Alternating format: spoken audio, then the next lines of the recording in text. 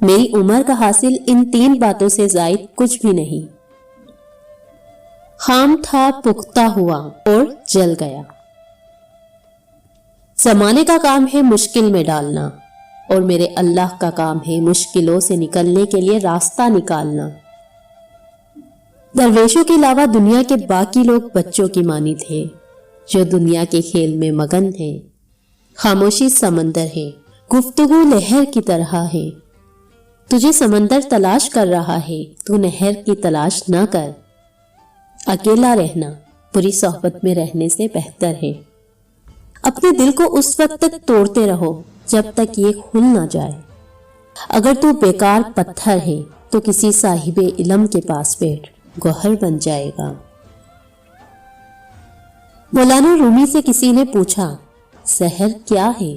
ہر وہ چیز جو ہماری ضرورت سے زیادہ ہو زہر ہے، جیسے قوت، اقتدار، دولت، بھوک، لالچ، محبت اور نفرت۔ آدمی کا وجود عشق سے ہی کمال تک پہنچتا ہے۔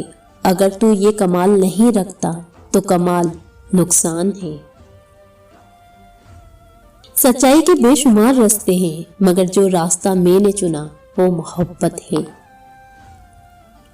مچھلی کبھی دریا کے پانی سے سیر نہیں ہوتی، اس طرح عاشق دریائے عشق سے کبھی سیر نہیں ہوتا، وہ قرب کا متلاشی رہتا ہے۔ دل ایک آئینہ ہے، اگر وہ بدی سے پاک ہے تو اس میں خدا بھی نظر آ سکتا ہے۔